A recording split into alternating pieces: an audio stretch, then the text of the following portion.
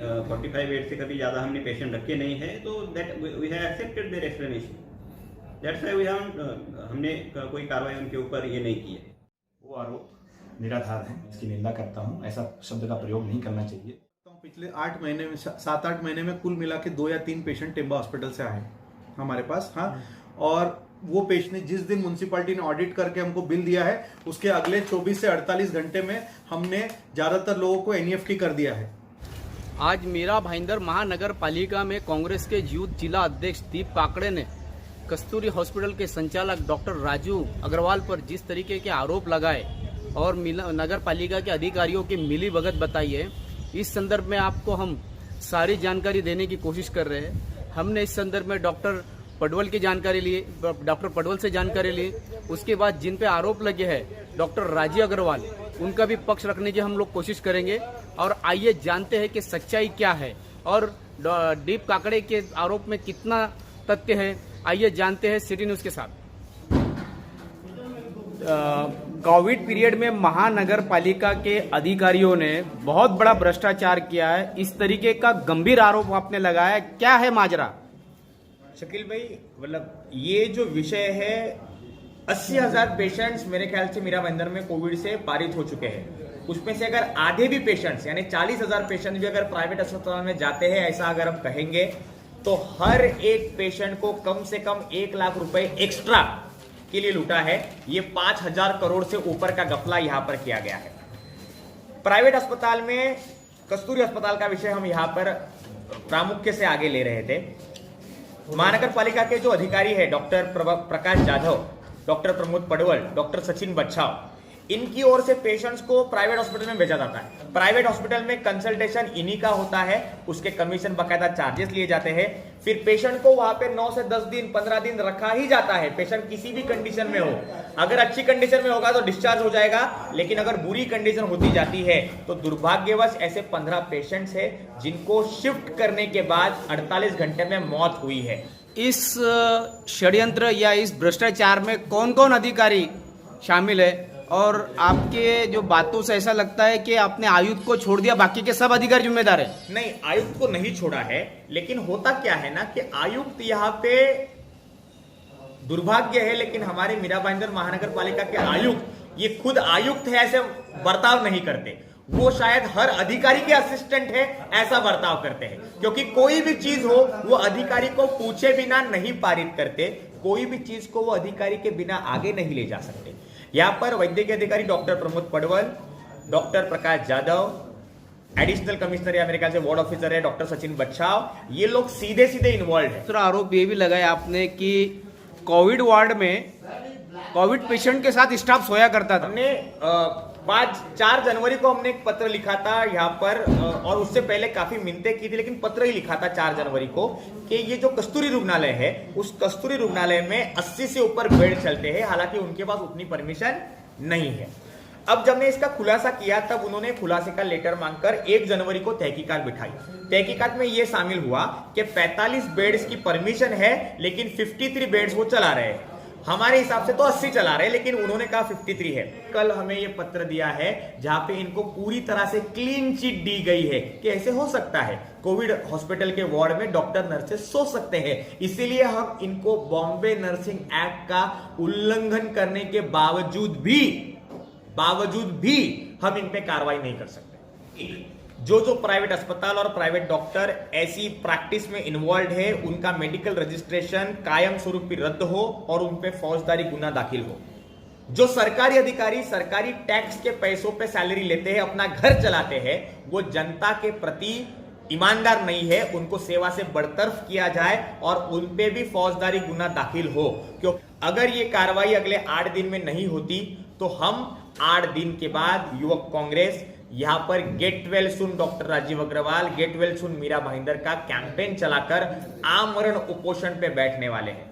और ये आमरण उपोषण तब तक चलता रहेगा जब तक इन अस्पतालों की मान्यता रद्द नहीं होती। डॉक्टर साहब, आप जो है कोविड पेशेंट को आपने ओवर चार्ज किया, उनका पैसा वापस नहीं किया, और नगर पालिका के अस्पताल के जो डॉक्टर है उनकी मिली भगत से आपने अपने उधर पेशेंट रिफर करवाया, क्या कहेंगे इस पर आप? थैंक यू, आपने मुझे मेरा पक्ष रखने का चांस दिया, मैं आभारी हूँ आपका। सबसे पहली बात तो कि हमारे पास जैसे काकड़े जी ने आरोप लगाए हैं कि बहुत सारे पेशेंट टिम्बा हॉस्पिटल से आए, तो मैं आपको बोल सकता हूँ पिछले 7-8 महीने में कुल मिला के 2 या 3 पेशेंट टिम्बा हॉस्पिटल से आए हमारे पास। हाँ, और वो पेशेंट मेरे किसी ना किसी पहचान वाले के थ्रू आए हैं, क्योंकि उनको ट्रीटमेंट की जरूरत थी। पेशेंट वो भी जो भी पेशेंट आए सब सीरियस कंडीशन में आए थे। हाँ, जहां तक रिफंड का सवाल है, ये मेरा पेपर है, आप इसका जूम करके देख सकते हैं। म्युनिसिपालिटी ने जितना ऑडिट किया है, दीप काकड़े जी ने जो 12 लोगों का ऑडिट करा है, उन सबका 100% रिफंड हो चुका है। और आज नहीं हुआ है, मतलब उन्होंने आज प्रेस कॉन्फ्रेंस ली है, इसने जिस दिन म्युनिसिपालिटी ने ऑडिट करके हमको बिल दिया है, उसके अगले 24 से 48 घंटे में हमने ज्यादातर लोगों को NEFT कर दिया है।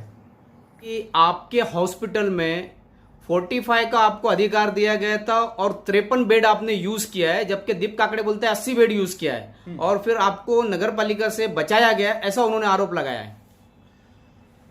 मेरे पास डॉक्टर पडवल का नोटिस आया था कि भाई आपके हॉस्पिटल में 45 बेड का परमिशन है, तो आपने ज्यादा बेड है, तो उन्होंने सरप्राइज इंस्पेक्शन भी किया। हाँ, और सरप्राइज इंस्पेक्शन में उनको 53 बेड मिले। मैं एक्सेप्ट करता हूं, मैंने उसका जवाब भी दिया है, ये जवाब का मैं आपको कॉपी भी बता देता हूं। हाँ, तो हमने कोविड के टाइम पे फर्स्ट फ्लोर पे हमारे 8 बेड बढ़ाए थे, जो मेरा सोनोग्राफी रूम था और एक जो स्टोर रूम था, उसके अंदर हमने 8 बेड डाले थे, इसलिए हमने 15 बेड किए थे। उसके एवज में 3rd फ्लोर पे हमने हमारे स्टाफ के लिए बेड्स रखे थे, क्योंकि कोविड होने के वजह से स्टाफ घर पे जाने को तैयार नहीं था और घर पे जाके उनके घर वालों को भी हो सकता है, इसलिए 3rd फ्लोर पे हमने 8 या 9 बेड स्टाफ को, बल्कि उससे ज्यादा ही स्टाफ ने यूज किया है। तो जो बेड 8 एक्स्ट्रा थे, वो एक्स्ट्रा इसलिए थे क्योंकि वो स्टाफ यूज कर रहा था, उसमें डॉक्टर भी आ जाते हैं, सिस्टर भी आ जाती है, वार्ड बॉय भी आते हैं, मौसी भी आता है, न कि जैसे काकड़े जी ने आरोप लगाया कि वो कोविड पेशेंट के साथ सो रहे थे। मुझे आप बताइए सर कि आप यहाँ पे जो हॉस्पिटल में स्टाफ काम कर रहा है, उनको क्या दिमाग नहीं है कि वो कोविड पेशेंट के साथ सोएंगे? उनके क्या घर बार नहीं है क्या? उनको क्या कोविड लेके मरना है क्या?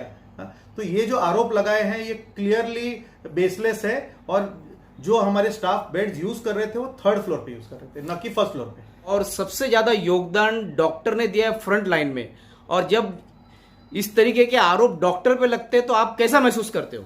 साहब, मेरा दिल बहुत दुखा है, मैं आंसू नहीं आए। बस हमारा आज एक बात बताऊं, पूरे इंडिया में लगभग 800 डॉक्टर्स ने कोविड के वजह से जान गंवाई।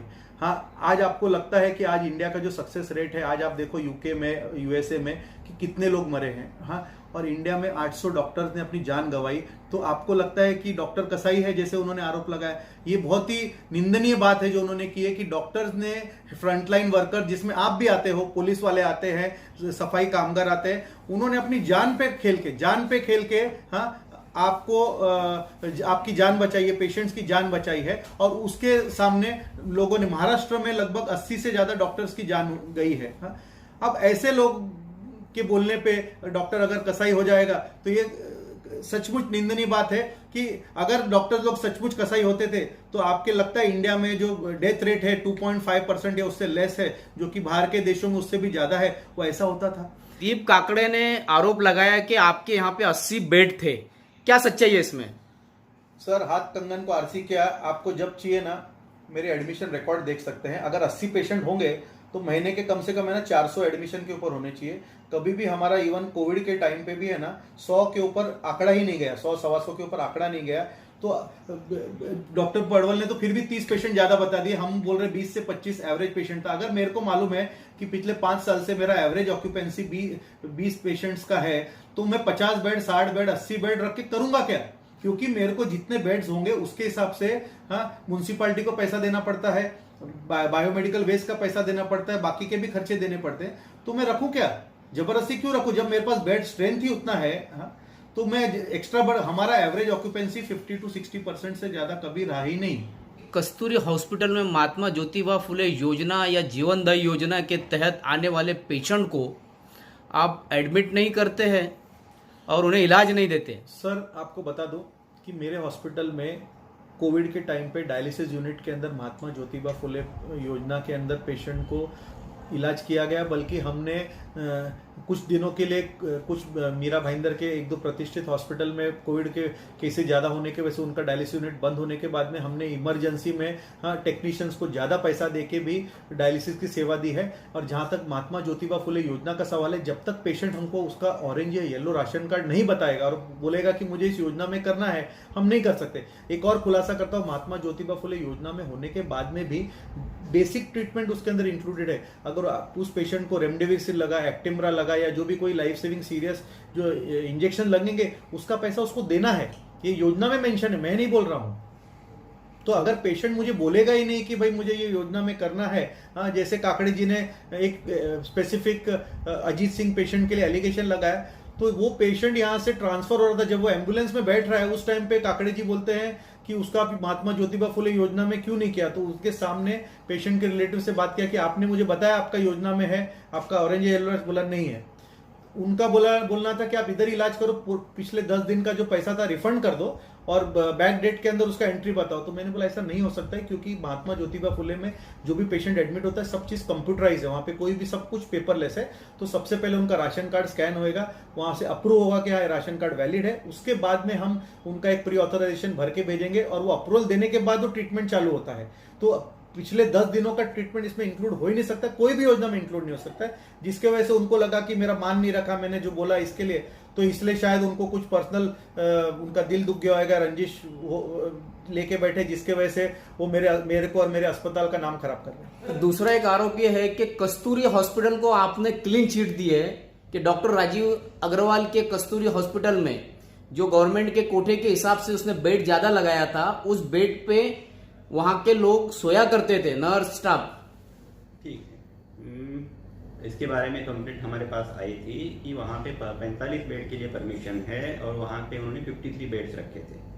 तो हमने वहाँ पे हमारी टीम भेज के मेडिकल ऑफिसर की जांच करवा के उसके बाद उनको नोटिस दिया था कि ऐसे ऐसे आपने वहाँ पे परमिशन से ज़्यादा बेड रखे हैं। उन्होंने लिखित में उसका एक्सप्लेनेशन भी दिया है और उसमें उन्होंने कहा कि 45 बेड है, उनकी कभी भी बेड ऑक्यूपेंसी 60% से ज़्यादा नहीं थी, यानी 45 में से 20, 25, 30 बेड तक ही हमारे पेशेंट रहते हैं। तो 45 से ज़्यादा पेशेंट कभी भी हमने रखे नहीं हैं। और वहाँ पे जो 53 बेड्स उन्होंने बोले थे कि जो टीम हमारी जो काउंट करने के लिए गई थी, तो उनका कहना था कि वहाँ के कोविड स्टाफ जो कि कोविड सिचुएशन की वजह से घर नहीं जाना चाहता था या जा नहीं सकते थे, उनके लिए हमने वो एक प्रोविजन किया था।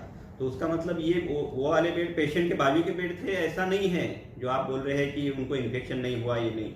वो अलग अलग बेड थे, अलग इसमें थे रूम में जहाँ पेशेंट का कोई संबंध नहीं था। और उन्होंने उनका जो एक्सप्लेनेशन दिया है कि 45 बेड से कभी ज़्यादा हमने पेशेंट रखे नहीं है, तो that we have accepted their explanation. That's why we हमने कोई कार्रवाई उनके ऊपर ये नहीं की है। दीप काकड़े ने डॉक्टर राजीव अग्रवाल के संदर्भ में आरोप लगाए। इस संदर्भ में इंडियन मेडिकल एसोसिएशन के मीरा भाईंदर के चेयरमैन डॉक्टर विवेक द्विवेदी का क्या कहना है, आइए जानते हैं उनकी जुबानी। मैं doctor Vivek Dwivedi Indian Medical Association Mira Bhayandar का प्रेसिडेंट हूँ और Indian Medical Association all over India का बॉडी है। मीरा भाईंदर का जो यूनिट है इसका मैं प्रेसिडेंट हूँ। ऑल ओवर 4 लाख लोग, 4 लाख डॉक्टर्स मेंबर हैं, 4 लाख एलोपैथी के डॉक्टर्स सभी इसके मेंबर हैं। इसके बारे में जो आपने प्रश्न पूछा हुआ है, जो आरोप लगे हुए हैं वो आरोप निराधार हैं और उसमें कुछ जो मैंने सुना हुआ है, मैंने अभी वो वीडियो देखा नहीं, लेकिन जो मैंने अपने कलीग से सुना, दूसरे मित्रों से सुना है कि उसमें डॉक्टर के लिए शायद कसाई शब्द का इस्तेमाल किया गया है।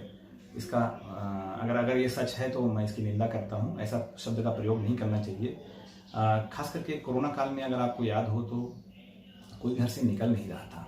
हालात ये थे कि जहाँ पर हाईवेज थे वहाँ पर आप देखेंगे तो चिड़िया की आवाज़ बोलने की सुनाई पड़ रही थी, गौरैया के बोलने की आवाज़ सुनाई पड़ रही थी। ये हालत हो गए थे, पूरा इंडिया बंद था, पूरा विश्व बंद था, दूर ये यातायात के सारे साधन बंद थे, लोग अपने अपने घरों में कैद थे। उस समय हॉस्पिटल्स में जा करके डॉक्टर लोग अपनी जान पे खेल के, सिर्फ अपनी जान नहीं, हमको अपनी जान का कोई परवाह नहीं है, कोई इशू नहीं, हमारा काम है, हमको अगर कुछ हो जाता है तो हम लोग उसका चिंता नहीं करते हैं।